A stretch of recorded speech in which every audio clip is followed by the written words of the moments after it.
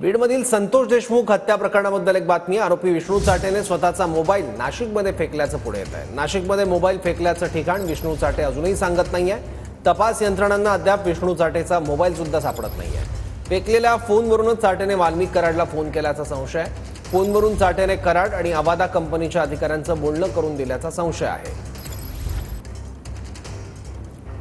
पोलिसांना अद्याप विष्णू चाटेचा मोबाईल सापडत नाहीये।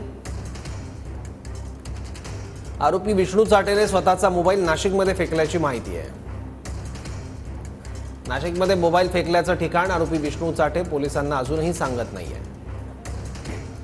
फेकलेल्या फोनवरूनच चाटेने वाल्मिक कराडला फोन केल्याचा संशय आहे।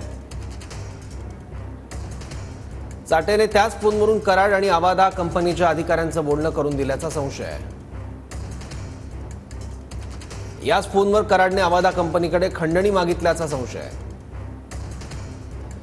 आतापर्यंत सापडलेले 5 फोन तपासणीसाठी प्रयोगशाळेत पाठवले आहेत।